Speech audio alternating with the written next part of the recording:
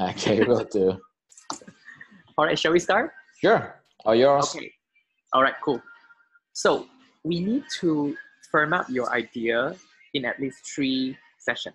Okay. So in these 3 sessions, your idea needs to be fixed, and then we need to dig deep into how do we reveal different layers of explanation of your idea. So today it is going to let us revisit the 1-minute script that you have written for the submission. Right. All right. Did you see the in the document, the first part I wrote, the pursuit of a quality TED style talk? I'm looking at it now. Yeah. Okay. So I'm going to run through it with you. The way we're going to rework on your idea, we need to go through these 5 points to make sure that it check all the list. Okay.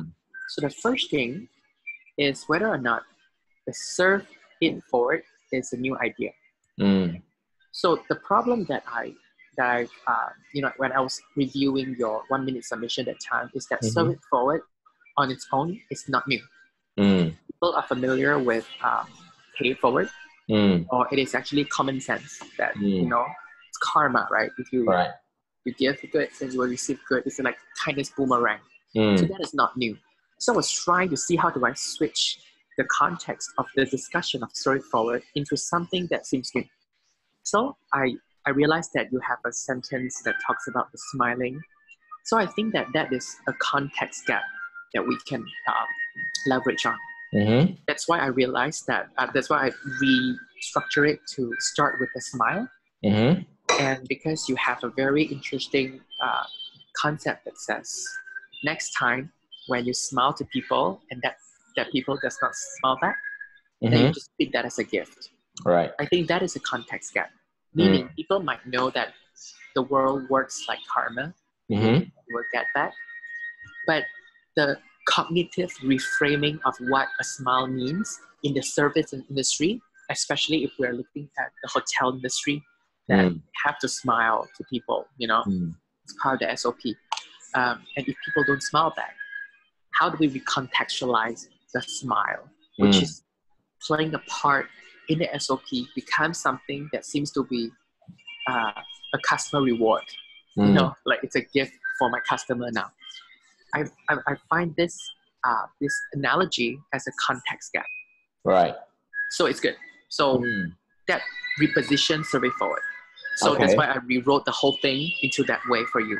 Okay. But today what we need to push a little bit forward, and I need to ask you about it is this really what you think? Or is there a lot more under this? Okay, so later I will go through this with you. Okay, so that's first thing. It has to fill a gap. So there are 4 gaps that I shared that because a lot of speakers, when they ask, there really isn't nothing new, anything new with what I do. Actually, always find it. For example, let's say you're talking about serving forward. If we recontextualize the discussion of how we serve or why we serve, or the value of serving people, for a specific scenario that is unique to your predicament, unique to your background, then it becomes a new context gap. So we have tried once with the smile, but I think we need to have more to choose with, because the smiling one, it opens up new dimensions as well. Right. Okay? The second thing is the research gap. Is there anything that people actually never spend time to research yet that you somehow care more? This is interesting because a lot of times when a TED Talk comes in and they say that a lot of people feel when we smile to people in customer service context, it is a must, right? But I realized the background music is really loud wherever you're sitting in. Background music? Your background music. I think you're sitting in a mall, right? I'm hearing all the background music. Is it? Yeah. Is it quiet in your area? It's quite quiet here. Oh. Yeah. Okay. It's not quiet here. Is it? I think it must be the piped in music somewhere, right? What kind of music is it? Is it singing? Yeah, something like a Chinese. Is it Chinese song? Because I'm using an earphone. There's some Japanese singing behind. Yeah. Yeah. Is it very loud? Is it very loud? Kind of. I'm just trying to focus as best possible. Yeah. I'm thinking if there's any way I can. Okay. Let's give it a go. If I really Okay. can't, then I'll let you know. Yeah, let me know. Okay. So, for example, if this person somehow is going to do a very specific survey where he speaks or observe 100 customers within a month Mm-hmm. and capture their facial expression, and through their facial expression, it gives you an answer that people actually treat a smile as a gift, even when they don't respond it back to you. So that is like a research gap. Like nobody actually tried to research or find out about this thing this way before. So this one,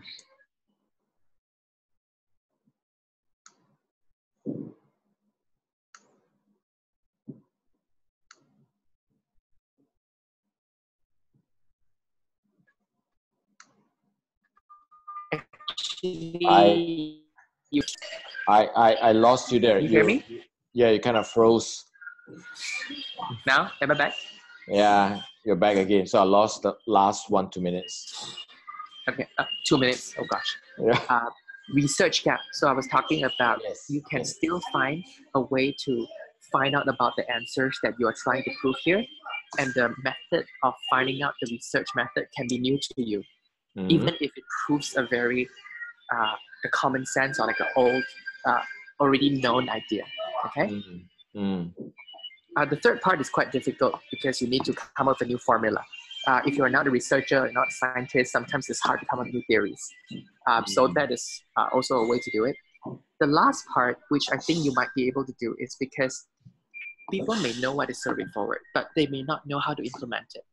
Implement it in a way, in a very specific context, in hotel industry or in business or in just any retail. If you could somehow interpret how survey forward is going to be done in real life and the actionable items are not common. So meaning you're actually suggesting very specific, useful, actionable ideas. And that will still make this idea unique. Okay?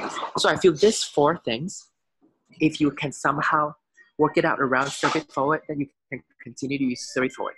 If you cannot find it, then we may need to dig deeper into the summary that I wrote for you, the recontextualization or a cognitive reframing of what a smile means or what an act of service means to people. So in this context, it goes. I mean, the metaphor that I use of a smile is just one of the things. Yeah. I also mentioned that if you get a smile back, it is a bonus. Should that two things be used as the context? If you smile, so usually what I say is, when you smile at someone, you'll expect the smile to come back. But if it doesn't come back, how do you feel? Right? So people say, oh, we feel a little bit awkward. What is wrong with the person? And say, okay, in future, let's do this. If you smile at someone and if you get a smile back, it is a bonus. Right? So you smile at someone and you get a smile back, it is a bonus. However, if you smile at someone and you, for whatever reason, don't get a smile back, it is then your gift to that person. Right? So this is how the two parts come into the thing. And then from there, I would say, so in this context, how can you relate to serving it forward? Besides a smile, what about your time? How can you give more? And if you get more time back from whoever you're serving, it is a bonus. If not, it is a gift. And I'll share one example of how this actually happened to me. I'm not sure whether I've shared that with you. Before I left to become an entrepreneur, become a speaker, I was working in a hotel line, I guess, for 20 plus years.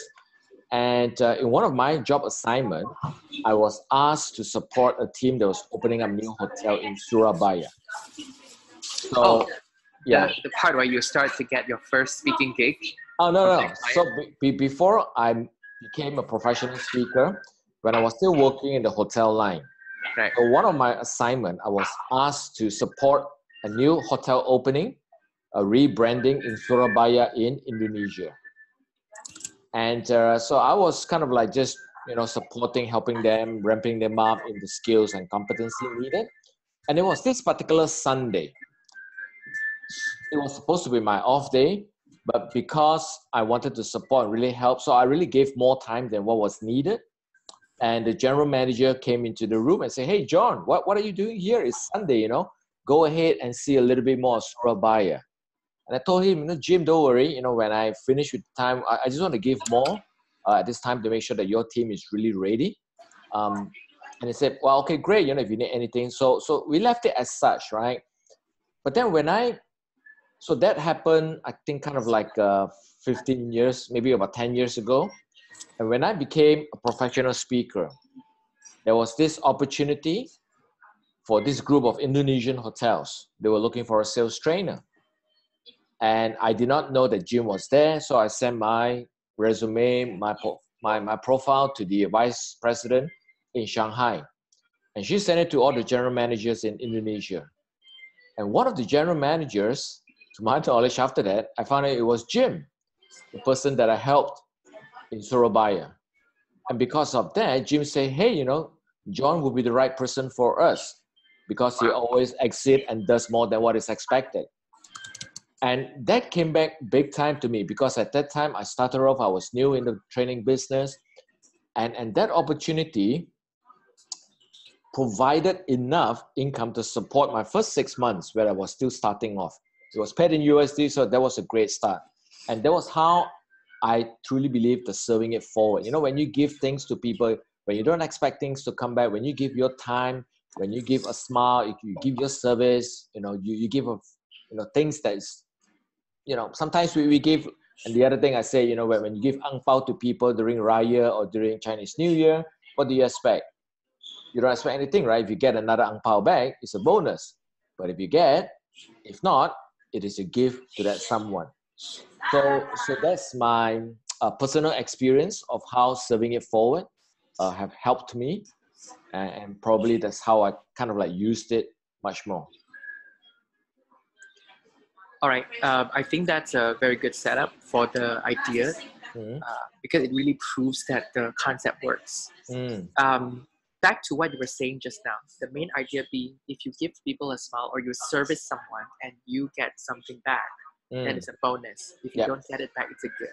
Yes. So let's see if that's the idea. If you wanted to make it work, we need to set the stage needs to be set up to make it to make people crave for this answer, because as it is not unique, right? So for example, if the angle comes from what is the biggest crisis in the customer service industry right now? The crisis may be I don't know much about the customer service industry. Maybe it is about it's hard to get quality customer service talents right now, or the cost of maintaining a customer service team is too high and people are finding ways to cut. So these are like common problems, common challenges in the customer service industry. Or in terms of customer satisfaction, people expected so much more. We're getting so much less than before, right? So if we can come from this angle and we touch a pain point of the industry and say that there's one way that is free, that only requires a shift of perspective. Reframe how you view what a service is, which is this unique notion that says if you give and didn't get back, it's a bonus. If you get back, it's a bonus, and if you don't get back, it's a gift. Then it will work. You see how it works? Okay. Yeah. So that's one angle. I'm gonna write it down for you. Okay. So you need to address a crisis in the customer service industry, and that crisis, if it's gonna be so on point that it's only someone that has been through the hotel industry for 10 years like you can know it, and that is better. So we don't go for generic problems like the world has changed now and people are more selfish now. No, we don't go for that. Right. We need to contextualize a very specific problem in the customer service industry and say that in order to solve it, people are investing millions. But here I am providing you a method without the need to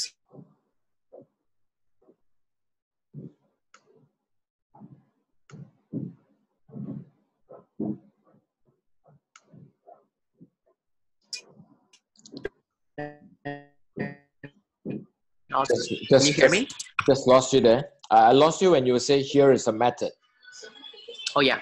So what I'm saying is, what you're presenting here is that here's a method without the need to spend millions of dollars, but only require a small perspective change and a redefining of what a service means in your corporate environment. So that could work. Okay. So what you need to do is to nail down that crisis. The crisis will give the contrast that you need to lift your idea up, right? I don't know what the crisis is. If anything on top of your mind, what is the crisis in the customer service industry? I think it is always the attitude. You have some people who are new in the business, customer service people. They may not have the attitude to be a more service oriented. And you have the other group is the people who know how to do it, but they don't do it. They've been there, they have all the knowledge, they have all the skills, but are they proactive enough to be really service oriented? And the motivation level is very, very different. So that's potentially two of the common things that I hear a lot in working with hotels. Is it because the pay? It could be. Are they underpaid?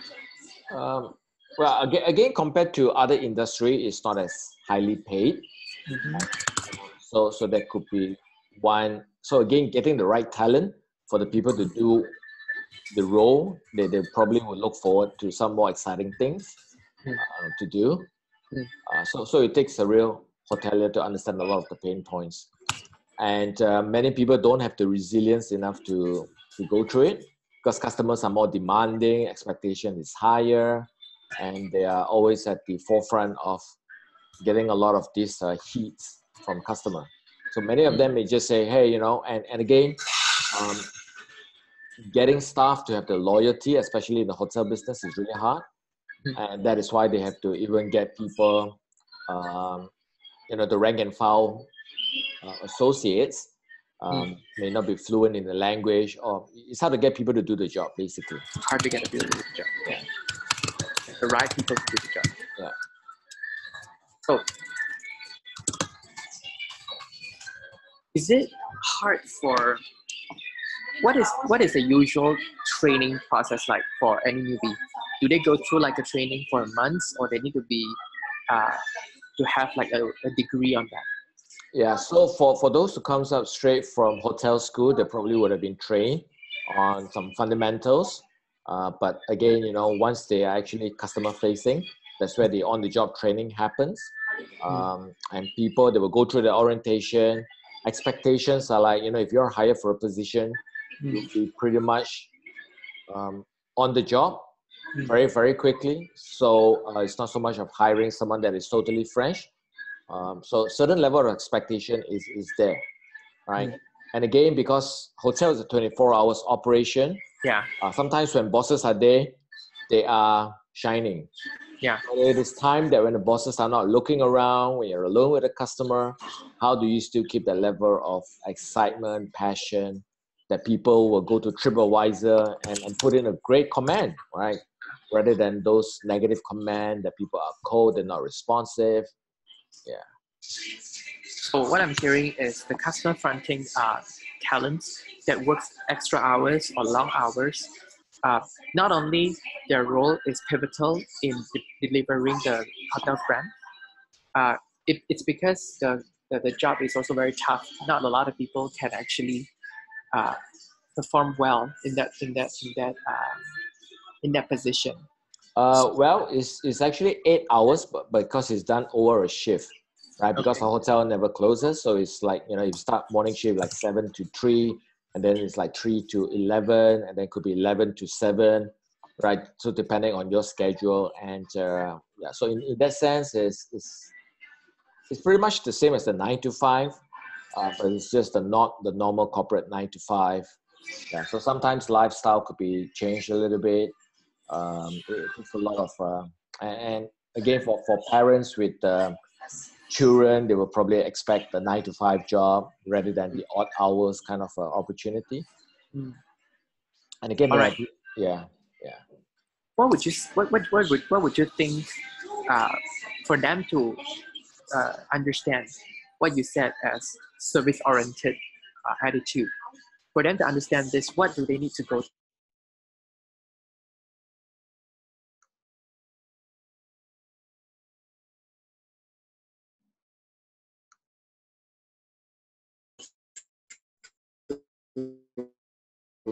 Just lost you Do they again. need to go through? Hello? Okay, lost you again. Can you Okay, hear me now? yeah, I got you back. So you were saying something about what do Yeah. they need to go through, is it? Yeah, like where is the gap here? Because to me, as an outsider, I just feel like if this is their job to know what's right to do in the customer service role, then they have to be customer service oriented. But why is it so hard for them to comprehend that?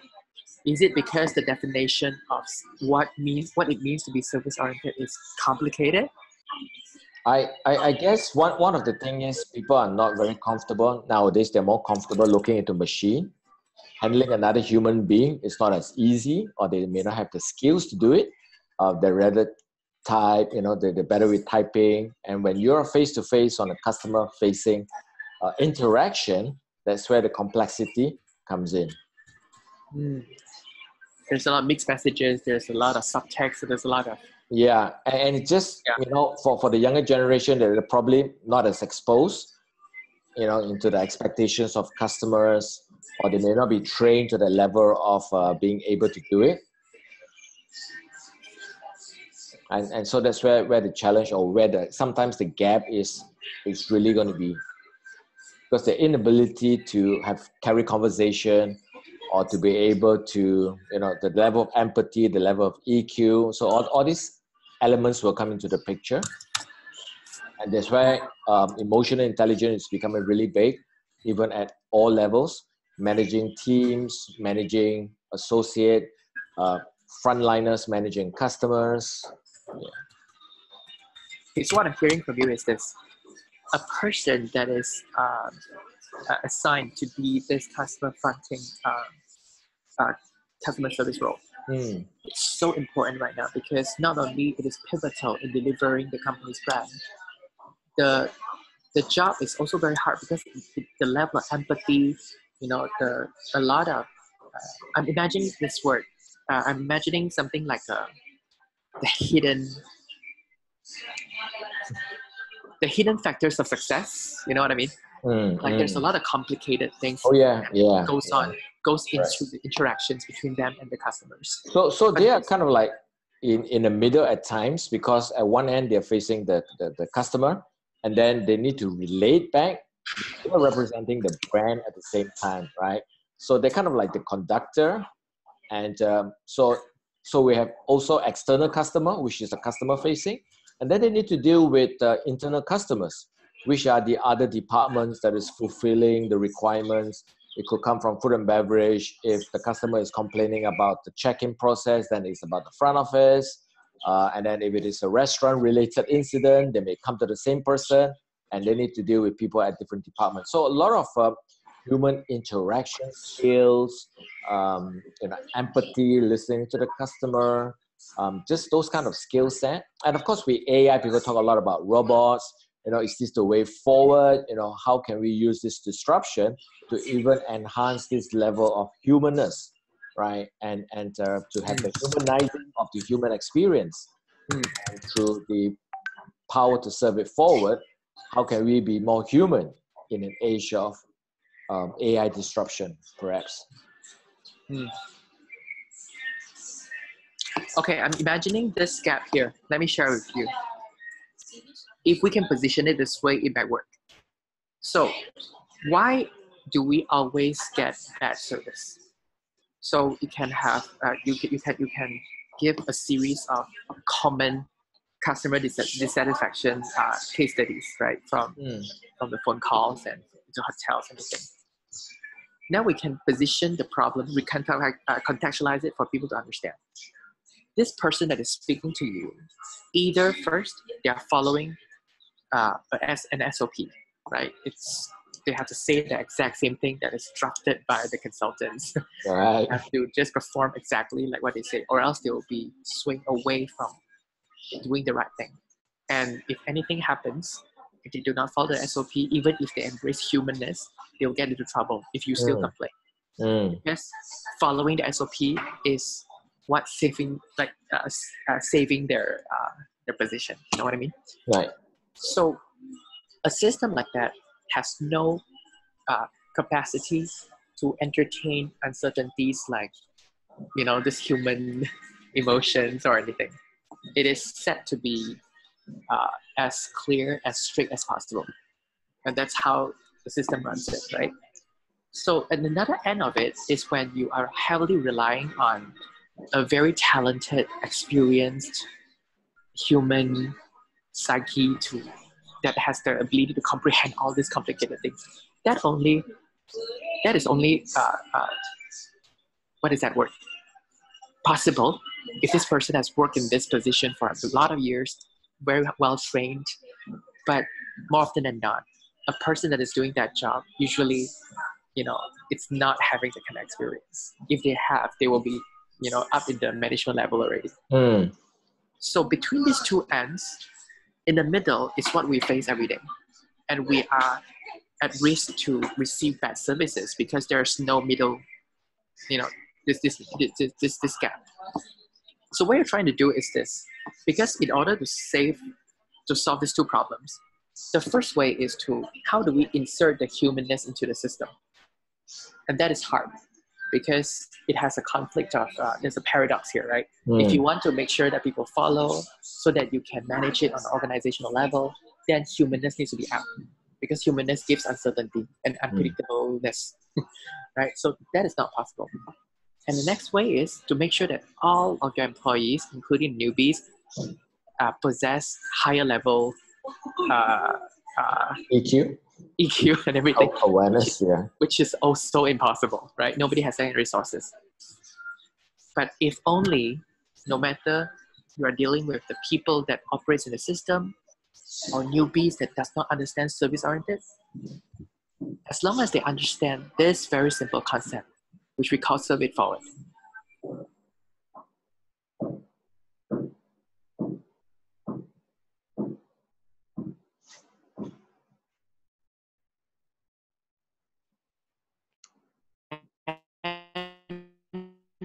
You think that hello, can you hear me? Just lost you there. Can you hear me? Just when you were speaking about when they learn about this new concept called serve it forward. Yeah. So if they learn about this new thing called serve it forward, this magical thinking somehow protects them from this two situation.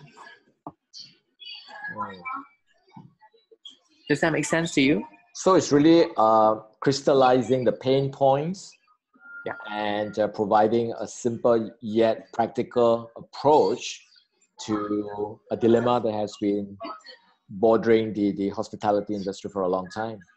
Exactly. And probably if you work in the hospitality industry, then it could also work in your personal life, right? And yeah, to share the spirit of hospitality, the spirit of serving it forward to different facets of your life. Yeah. Does that make sense? Is that something that you believe in? Yeah, for sure. I've been practicing this serving it forward for a long time. Because sometimes when you serve it forward, you will have feelings like, is it even worth it? Is it even worth doing it? Because sometimes because sometimes you don't see the rewards coming in and say, hey, and people tend to have the mindset, what is it in for me first before I support you or I do anything for you? If you give something to me, I'll start giving something back to you. Right? So do we wait for a customer to smile at us first, or do we give it to the customer first? What's in it for me? Yeah. But in the service industry, I feel like it's like it is expected that you are positioned there to assist people, right? Wouldn't be. Why wouldn't this be part of like the work ethics that they already knew that they have to? Some people they do it well. Some people they are trained, and their mindset is actually delivered in such a way that you see more greater experience, I would say, in some of the premier hotels. But this is not across the board. So the level of consistency is not always there. because it's about the human interaction, right? If it was robots, then probably everyone will be served a robot, and you have that level of consistency and expectation that you expect from robots. And this is very interesting because even in China, in Haidi Lao, which is now, have you heard of Haidi Lao? Yeah, of course. Yeah. So I visited the outlet in Beijing, and they were famous for having robots to be of service, right, to serve. So I was really curious because I said, wow, are the robots going to replace the human? And what I discovered was, for example, if they have 10 robots, they have 20 human staff serving. And because they really want to believe in, the humanness, the approach, so they are focusing a lot on the experiences that customer will take. Because now, with the time taken to do the routine things by the robots, they can spend more time with the customer to have the kind of engagement, right? To give more to the customer so that the whole experience is about conversation, it's about, the taste, feel, and sight of the whole dining experience. I think in Malaysia, they don't have it, or in Singapore, they don't have the robots yet, but that's what's happening in China. I see. I had this picture when you were sharing about that. I want to draw it for you, but I don't have a paper here. Let you just draw it like this, huh? Okay. Imagine we have a scale here, okay? This side is when the person, the customer service personnel facing the customer. This side is when he knows that he is in this zone where he himself is not important. The customer is important. And on the other end is I am more important now because you have went overboard. Like when you are facing a customer suddenly fat shame you. Yeah. And then suddenly you go into this zone and say that, no, this is not all right. I was serving you here, but now because of what you did, it has crossed the line into this area, and now I'm more important. So I will stand up for myself. I'll shout at you, I'll just show you my face. So between this, so it's like, I'm imagining you on stage sharing situations. What happens if a customer fat shame you because you're slow? So would this person still stay in this zone where he just do what he's told and just do the right thing and smile back at the customer? Or would the anger that this person received push him out to this zone where all he's thinking about is this worth it? Because you have crossed the line, right? So you have this meter, this ruler that keeps moving on the stage for people to see.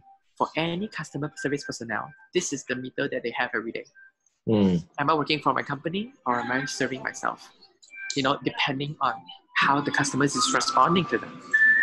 But there's this awkward line in the middle, awkward zone in the middle, where it's unclear. For example, you are more patient because there's this very demanding customer from Singapore that speaks very good and very fast English, keeps coming at you. You are not sure whether or not this person has crossed the line because you are still doing what you should do, but it's really uncomfortable. So now you're at this upward zone. If this person starts to harass you and beat you and everything, of course you can stand up for yourself, right? But not yet. He's in this upward area. And this upward area is what most of the customer service personnel face every day. This is what makes their job tough. Remember that the flight attendant in one of the airline that has to wipe the customer's ass. Oh, really? Okay, haven't heard about that. Yeah, the customer said that I'm fat, you have to wipe my ass. And then the flight attendant has to do that, and she's a girl, and she cried, and they sue her company and everything. So situations like that, it's when it's overboard already. For sure that the customer service personnel needs to stand up for himself. But when it's not clear, especially when the first time when the customer asked the flight attendant and say that, I want to go to the toilet right now and I don't want to close the door because I cannot breathe. You stand outside the door and wait for me. The customer required this to that lady, And that flight attendant feels maybe that is still within my job scope, right? Because I need to take care of the client. But it's awkward, right? I need to take care of. So that is this zone. It's awkward and we don't know how to deal with it. Should we follow the procedures and raise the customer satisfaction? Or should we already go into this zone to just stand up for ourselves? So what I'm saying is, you are trying to highlight that this awkward zone is what is the biggest challenge of all customer service personnel. So for people to solve the problem here, you need to change your mindset into the service forward. Okay. Just coincidentally, I'm actually also at this time working with the Monash University, and we're doing a Malaysian hotel industry-wide research on empowerment. How are staff feeling they are being empowered for the job role, for the thing? So I'm not sure whether empowerment will play a little bit of things. Sometimes, like what you've just quoted, they feel that, oh, it is my role, my boss expects me to do it, but to what level of empowerment can I say, if it crosses the line, am I empowered enough to say a no? Or do I stick to the box kind of a thing? Or maybe it's the level of empowerment that people are not feeling, right? Yeah. That they're not able to take ownership of situations and what level of empowerment. So maybe if they feel more empowered, they will be more willing to have the mindset of serving it forward, because they say, anyway, it's just a job. If I don't do it, maybe I'll just get another job.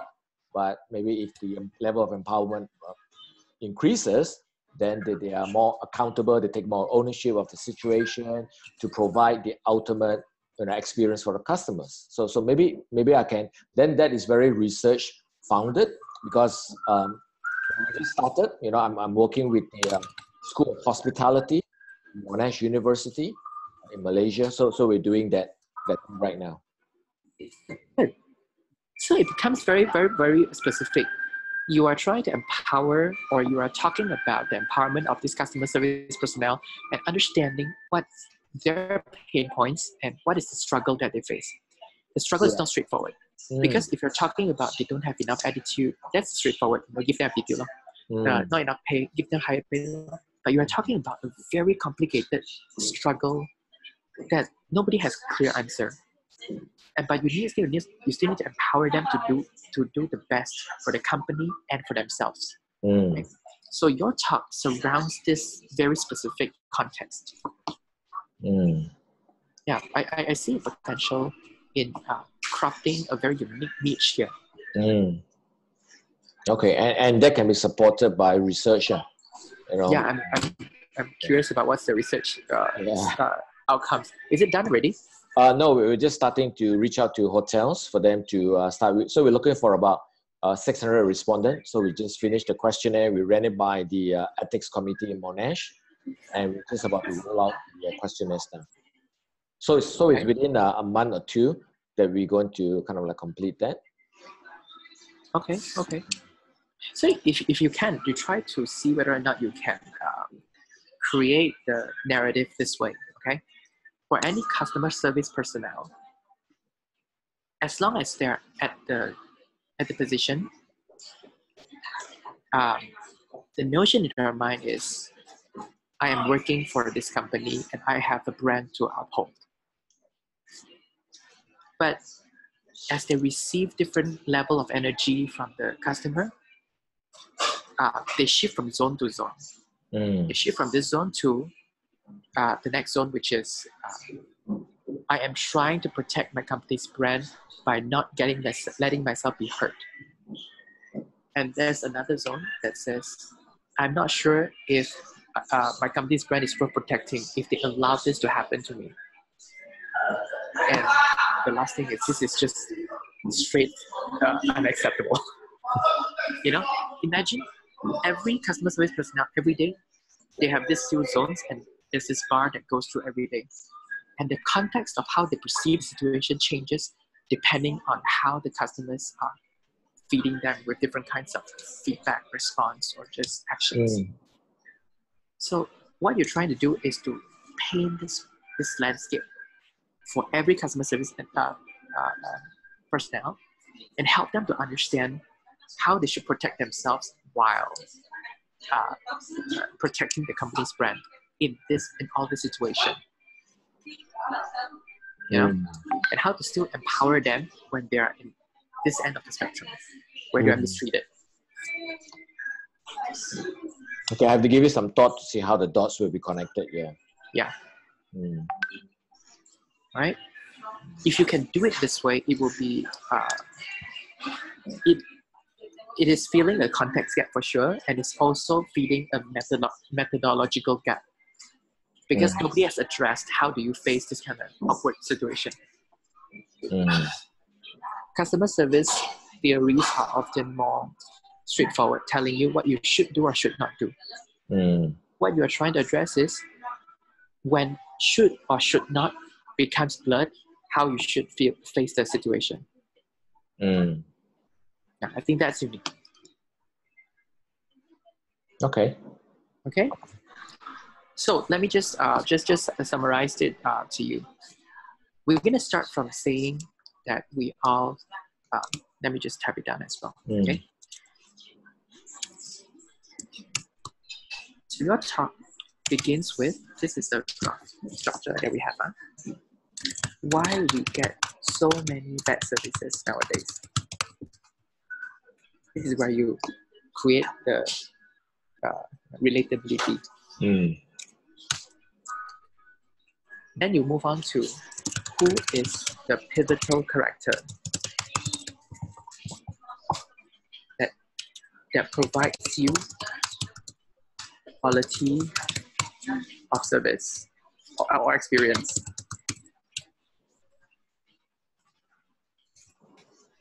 Which is the customer fronting personnel.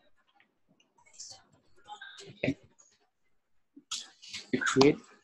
You can explain a little bit about these people are the first touch point. Most important touch point.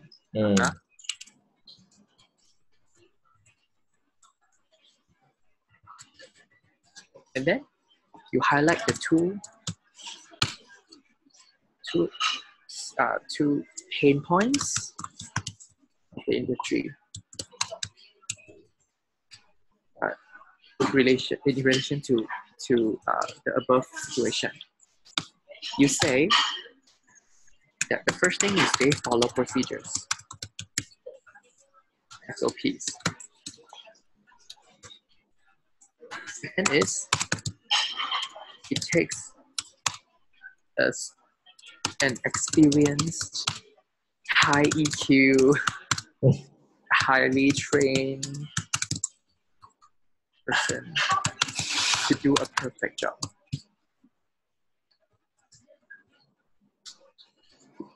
And both of this is unattainable.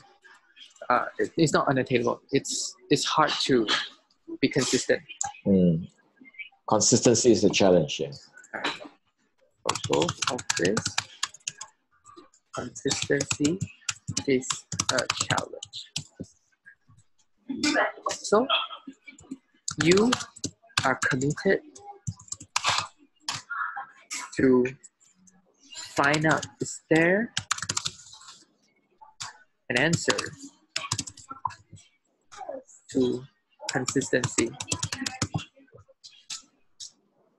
So it brings you to a research or a forensic deep dive into what goes on into the customer service personnel's mind.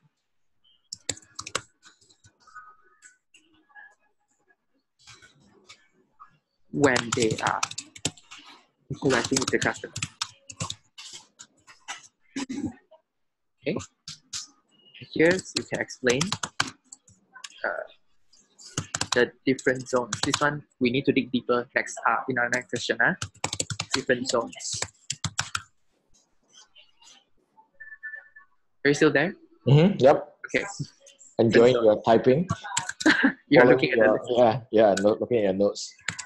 Okay. I am protecting companies.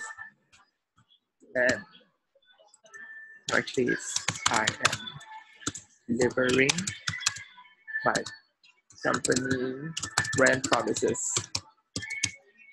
I'm protecting my company's brand.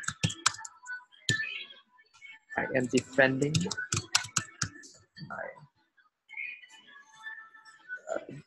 I'm thinking about the bottom line. Like this is the line you cannot cross. I don't know what is it called, huh?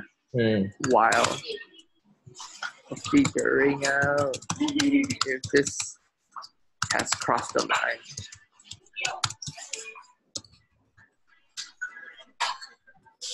I should defend myself, protect myself.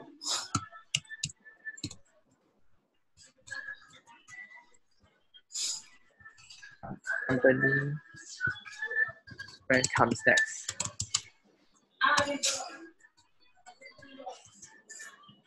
This is absolutely, this is the last one, unacceptable.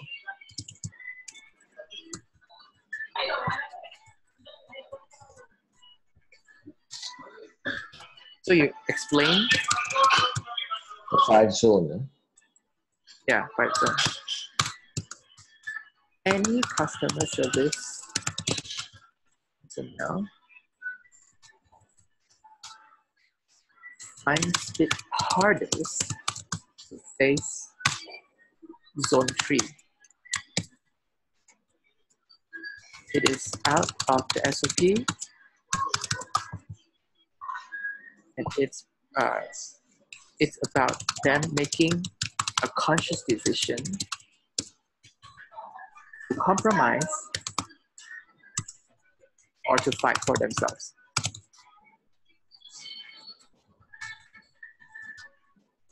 We call this zone a name.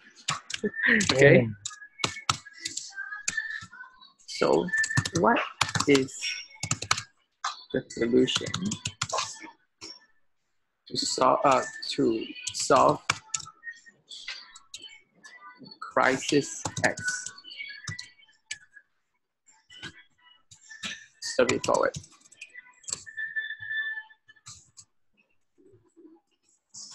Unique mindset and relieve you from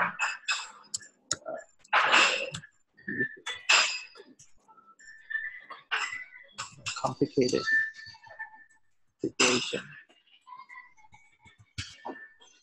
Relief is actually be you smile, people don't get the smile back.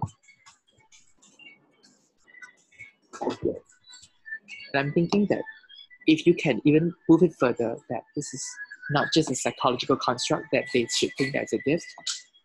The company can also reward these customer service personnel when they did this and give them an actual gift. You know, it's good. And they smile back. It's a bonus. Okay. And dig deeper into. Because this is your power statement. Give case studies. You can end with bringing people back to zone X. Show how to get out of it with the powerful statement implemented. Okay. So would you be able to to write out a draft before our next session, so that we already have like a flow to work on it? So it's going to be from from here. Okay. Let me write down draft for next week. Okay.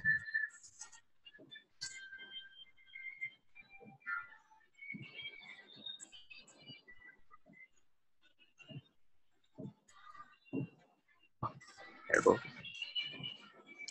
So I should save this link, right? Yeah, you just save it. Just write it on this link. If you can, you just add it on top.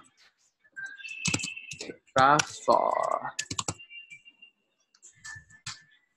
next session is next week. Let's see.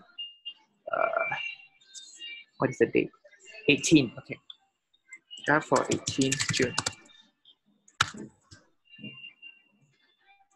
Next week, could I do it on a Monday? Are you available on a Monday? Because Yes, I am. I'm flying off to Iran.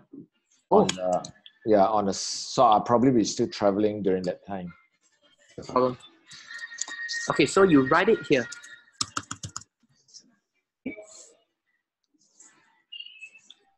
Can not? Where is it?